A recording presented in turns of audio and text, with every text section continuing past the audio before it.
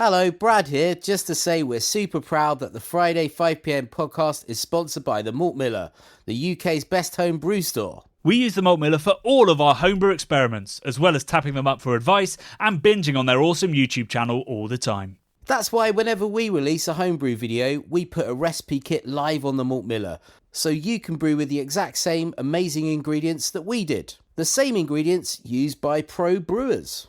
So alongside the Malt Miller's nitro-flushed hops, cold-stored yeast and milled-to-order malts, you can pick up recipe kits for our 5 Points Best Bitter, Russian River West Coast IPA, and now the fastest beer in the world, a hazy session IPA that goes from grain to glass in less than 48 hours. Sign up to their newsletter at tinyurl.com/Malt Miller to get 5% off your first order. With the Malt Miller's amazing customer service and Johnny's 48-hour recipe, you could order the ingredients on a Monday and be drinking the beer by the weekend. Speaking of which, it's Friday. It's 5pm. So enjoy this week's Friday 5pm podcast.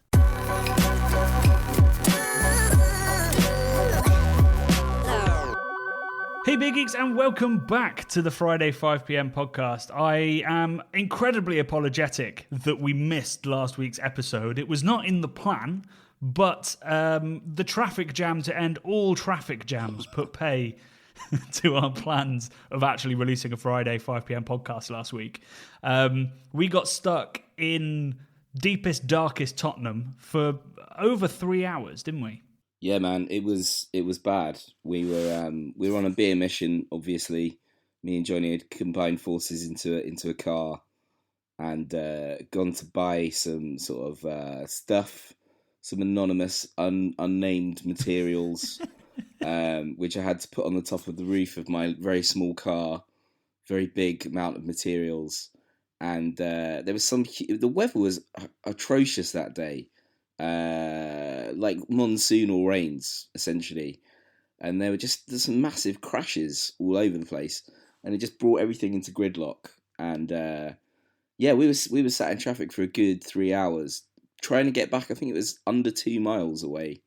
And then when we got back to where we were, we realised that there was a shop we could have bought the fucking stuff from about 2-minute walk from our location.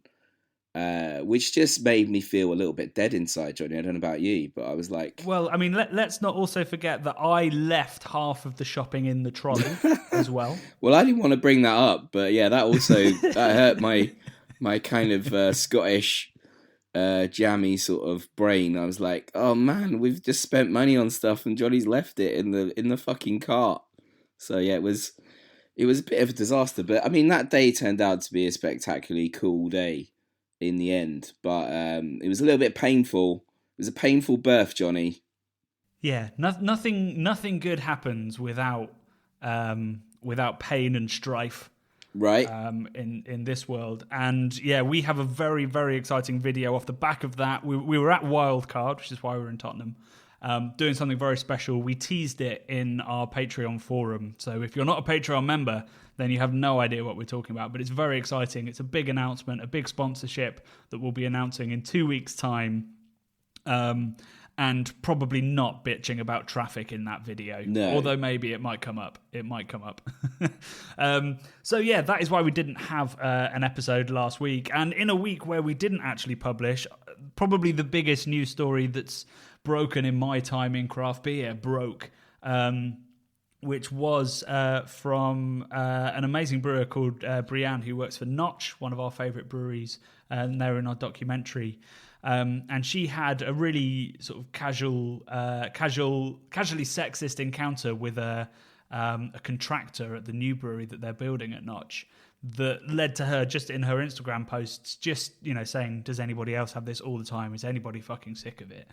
And I think about 800 stories later. Wow.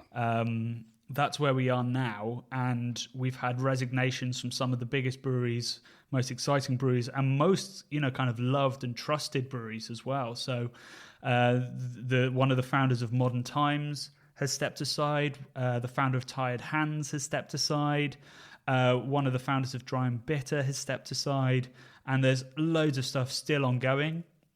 And it's a real moment of reckoning, I think, for craft beer, which has genuinely, and I've always had this slight suspicion, genuinely hiding behind being small, independent, supposedly sustainable, and clearly, using that as a way of hiding from responsibilities, either to be a good human or to call out bad behavior. And huge props to Brienne, who's done an incredible job, who's put herself at legal risk as well and receives a torrent of abuse, which is just fucking outrageous. And so, yeah, Craft Beer Channel, me and Brad and Rob would just like to say that we stand 100% with Brienne. We'll put all the links in this in the show notes for this. You can also donate to a GoFundMe for Brienne, which was set up not by her, but by somebody who was worried about her needing legal fees. She says she doesn't need that, so hopefully that means she's not in any trouble. But any money that is put in there and isn't spent on legal fees will be donated to charity, to violence charities and feminist charities. So yeah, I just wanted to make it super clear that we completely stand with her, and there's stuff that we can do on the Craft Beer Channel. Certainly, for a start, by boycotting those breweries until they sort it out, and that's 100% what we'll be doing in the meantime. And I hope that you guys can support whatever you can, in whatever way you can, just by calling out any behaviour that you see, by not buying from breweries that perpetuate it. And also, we've got to be more curious. We've got to be more inquisitive. We've got to do more research to understand whether these breweries who are claiming to be ethical actually are. And that's another thing that I'm going to look into doing better. Yeah, man, totally. I mean, it's like you said, people in this industry might use the sort of craft independent angle as a bit of a shield to get away with horrible stuff. I mean, I guess it's a tale old as time, isn't it? So it's good that someone's calling it out at their own risk. So very brave person and well done. Mm-hmm. Yeah, right. Okay, let's move on to our normal scheduling, which would involve us talking about this week's video, which involved an explanation of something that I've wanted to make this video for years and years, and we've had to wait because what we wanted to do is an exploration of British spontaneous beer using only 3-year blends. And I had this idea pretty much when the first one was brewed. So we then had to wait at least 3 years, more like 4 years, to be able to make this. And, there's 4 breweries now that have 3-year blends. Possibly 5. I'm not quite sure about Brewdog, whether they've got there yet. But Burning Sky, Wild Beer Co., Mills, and Fine Ales. And we got to try 3 of them in one go and had a bloody lovely time doing it. Oh, it wasn't too bad, was it? I mean, I've had worse days at work, that's for sure. It was a real eye-opening experience to see, actually, because in the Lambic region, they all follow exactly the same processes. They're brewed in roughly the same area, with the possible exception of Hansen's, which is very acetic and very, very acidic. They all have things in common, whereas the striking thing about the 3 beers we had in that video is that they were completely different. Big time. I mean, I guess that's really exciting. So, the whole kind of Belgium stuff is located within that Seine Valley and that Pajottenland area. So everything has the same terroir. But because, our sort of British style lambic could be from all different corners of the country, the unique kind of flora and stuff that's kicking around in the air is going to sort of open them up to being quite unique. And I think that really bared out in what we found in the video. Yeah, absolutely. And yeah, I mean, so to really sum it up very quickly, like Burning Sky was really hoppy and nettly stingy, and then there was loads of aged character in the Fine Ales one, maybe lacking a little bit of acidity. And they've been in touch since and said that they reckon their next batch that's now out is even better. And then the Mills one was really close to Belgian Lambic, had a lot in common, and they follow, I think, the traditions of it the closest. But just also, I've tasted spontaneous 3-year blends from all over the world now. Like, tasted Jester King's 3-year Lambic, and that was really yogurty, real sort of lemony, almost apricot-y, lactic character. So clearly that's something that's, really out there and in the air, or something that they've really managed to tease out through the temperatures that they're fermenting at or something. So it's just so exciting to see all this variation that's happening within what is quite a strict process at the very least.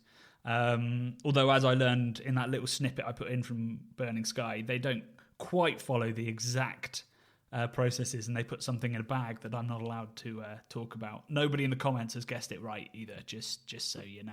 I quite like. Brad, did you have a comment? Yeah, I'm just going to say I quite liked all the bag chat and the sort of interest that got. Yeah, like you say, nobody's got it right. You did tell me what was in the bag, Johnny, so I don't know whether they should probably... oh, Brad, they're going to hunt me down now. Everybody knows I can't keep a secret. I'll be in the next spontaneous brew, mate. It's gonna. I don't know what that would taste like, but I'm guessing not as good. Not great. But yeah, that was really interesting chat. Comment wise, I had a good one from Chris King, who I feel like we've given lots of his questions out and stuff before. But Chris said, "Great sign off. Here's the beer that tastes like where it's from.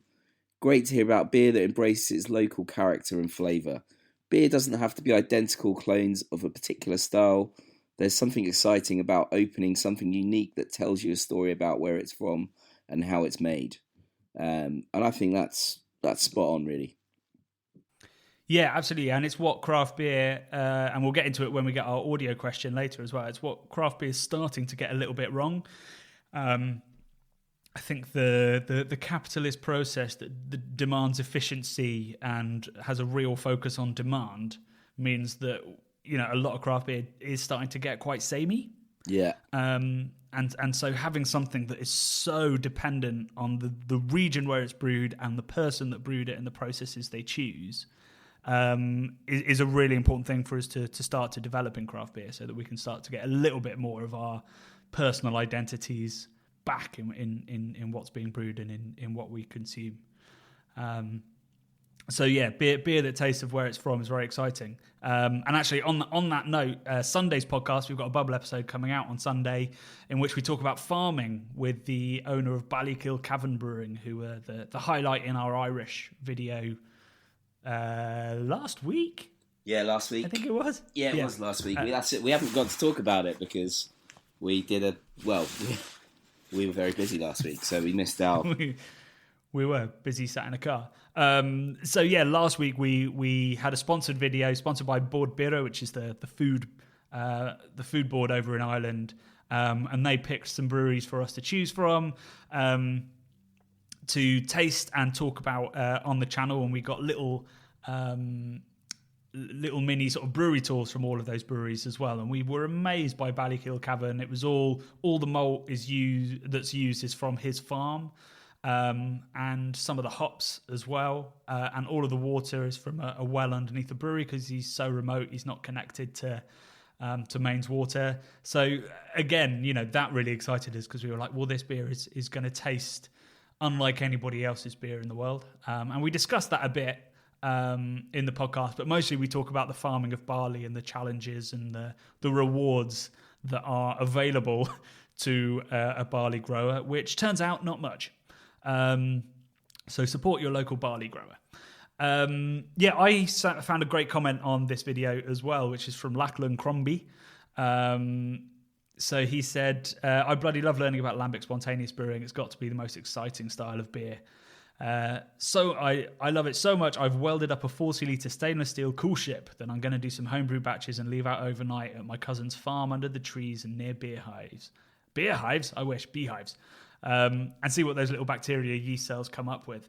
That is like the homebrew dream for me. We'd love to do that, wouldn't we? Mate, it's an absolute dream. At some point we're going to get to doing that, for sure.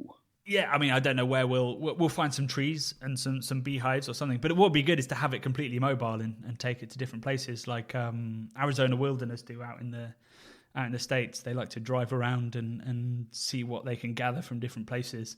And yeah, that would be. I mean, that's the style of homebrewing that's really exciting to me because producing New England IPA is great and it's what I love to drink. But it's incredibly difficult and then you end up with something that tastes like the professionals, whereas this could be a chance to really express yourself, and definitely to use some fruits and stuff. If I ever get a garden, I will be growing fruits that I'll be brewing with. That's the other big ambition I have for home brewing. So thanks for all the comments. Do remember, when you put a comment on our videos, it might well get read out in these podcasts and we'll discuss them. So we'd love you to comment and see if you can get on here and give us something to chat about. And on that note, we have an audio question this week. In fact, we have a queue of audio questions, which is great because we've struggled the last couple of weeks. So really appreciate everyone that's sending in an audio question to craftbeerboys@gmail.com. This question comes from Ben Kennedy. Hi Johnny and Brad, Ben Kennedy here, one of your Patreon subscribers. Firstly, just like to say thank you so much for all the content you've put out this past year. It's been an absolute godsend in trying to get through this pandemic, and it's really helped keep me sane each week. On to the question. Variety is the spice of life, they say. Now, in beer terms, obviously variety is fantastic, one of the things that makes craft beer and beer in general great, but recently it seems that more and more breweries are producing styles almost as if they're trying to keep up with the trends. You know, they're producing their New England IPAs, their pastry stouts, everybody seems to be putting those out.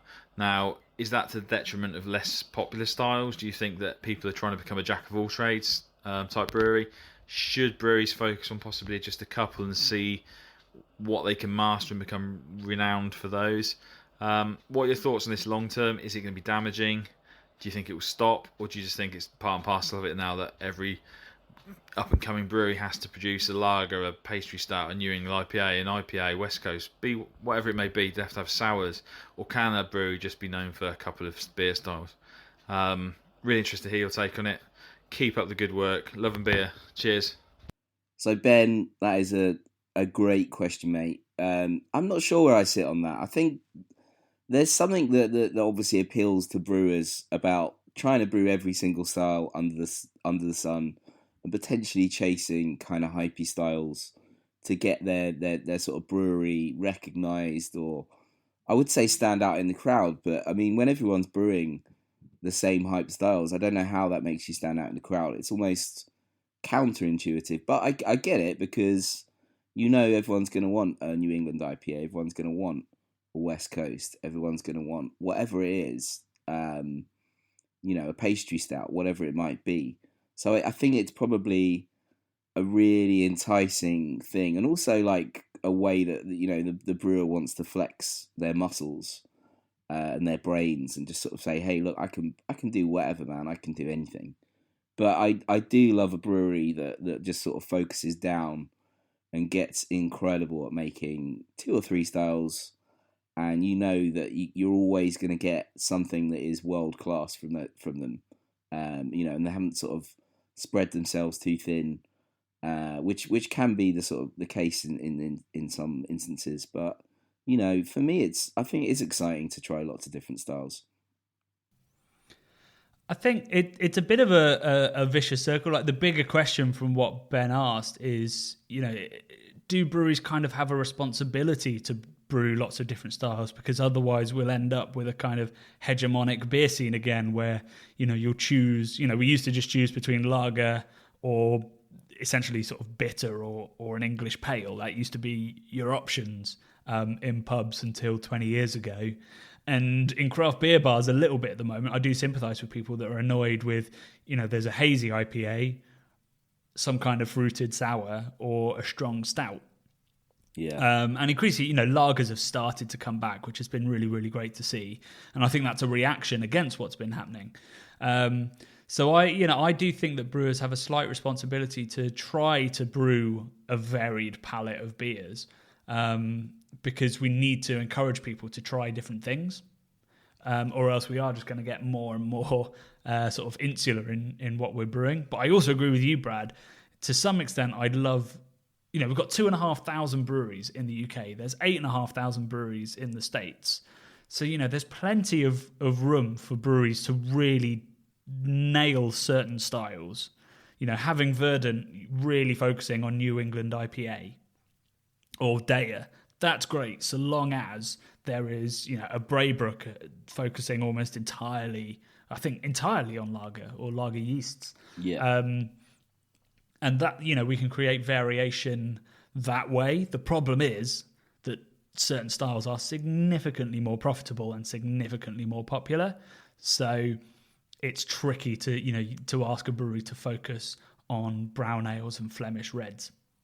And there's also, there's that tank time issue as well. Like things like lagers just take so long to make, and probably no one wants to pay as much for a lager as they will do for like a double IPA, for instance. Yeah. So there's that as well, which I think for little guys, I think is a real concern.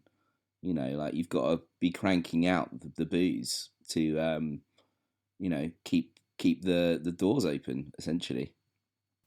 Yeah, absolutely. I mean, my favourite example, I haven't used it for a long time now, but Monkish Brewing over in LA, that I'm 99% sure they used to have a sign up that said, "We do not make IPAs." Now, if you ask a beer geek what Monkish are famous for, it's IPA. And that's because, they were Belgian focused and they could not get the growth that they wanted through focusing on Belgian ale. And it's a real shame because I had some incredible Belgian beers by them. And now, when Monkish comes over, it's never the Belgian stuff. It's always a hazy IPA, which we make brilliantly in the UK already. So I guess that's, a great and amazing hypey brewery realizing that, the reality is they can have these dreams and aspirations to do whatever style it is that their passion was. But if it doesn't sell, they've got to kind of go to the demand in the market.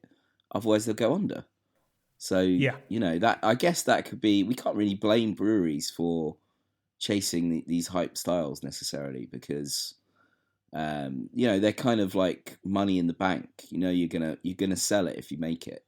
Whereas, like you say, like a mild or brown ale or something more trad, it might get people like us pretty excited, but you're sort of guy that's just chasing the juice is not going to be interested in it, and that is a lot of the sort of craft beer market.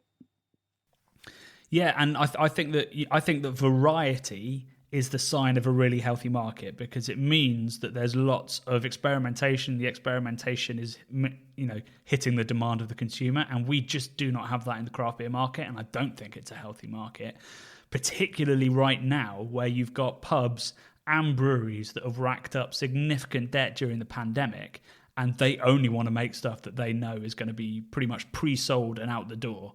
And, anyone that criticises breweries for going into supermarkets right now needs to understand that the context for that is, 5 Points have just gone into supermarkets with their best, and they've done that because they can get a decent price and they can brew, 10, 15 pallets, pack those 10, 15 pallets, ship them out and never have to worry about it again. That's money straight in the bank rather than having to, brew a much smaller batch and sell that to 50 different customers at varied prices with huge amounts of sales staff having to facilitate that and organize that.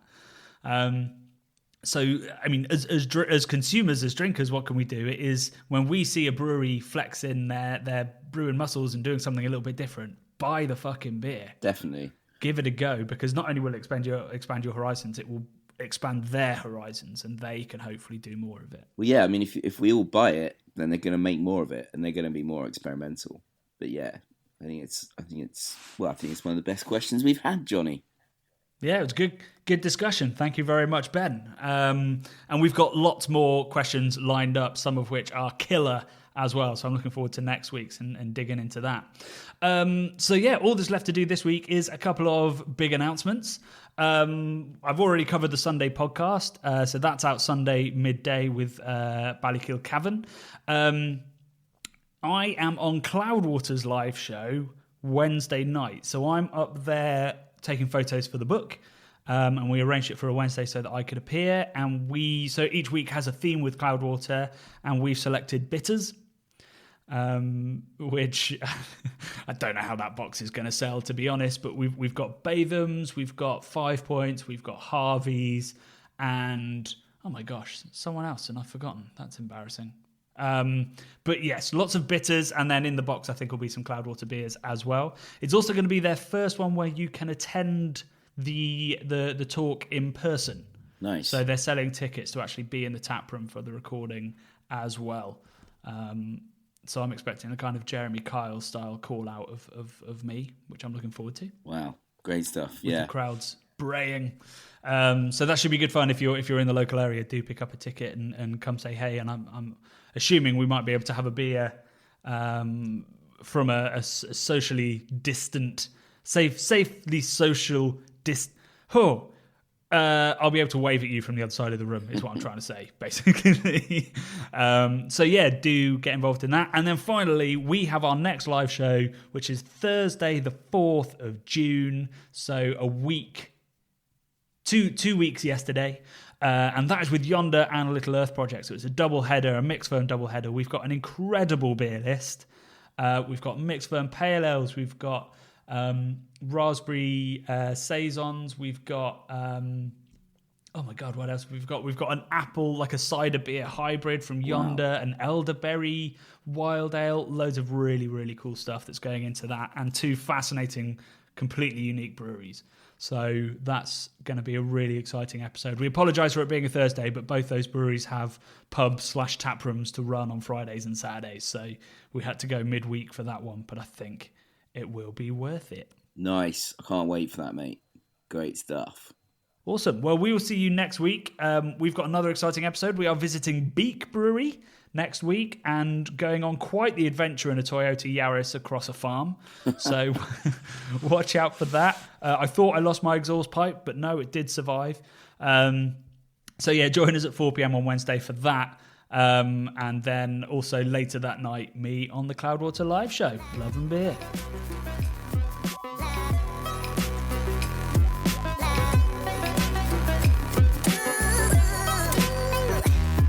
The Bubble and Friday 5pm podcasts are brought to you by the nerds behind YouTube's craft beer channel. You can watch over 400 mini documentaries at youtube.com/the craft beer channel. And if you love what we do, support us via Patreon and get access to merchandise and our amazing Discord forum, a positive and welcoming space for everyone who loves beer, food and homebrewing. Love and beer.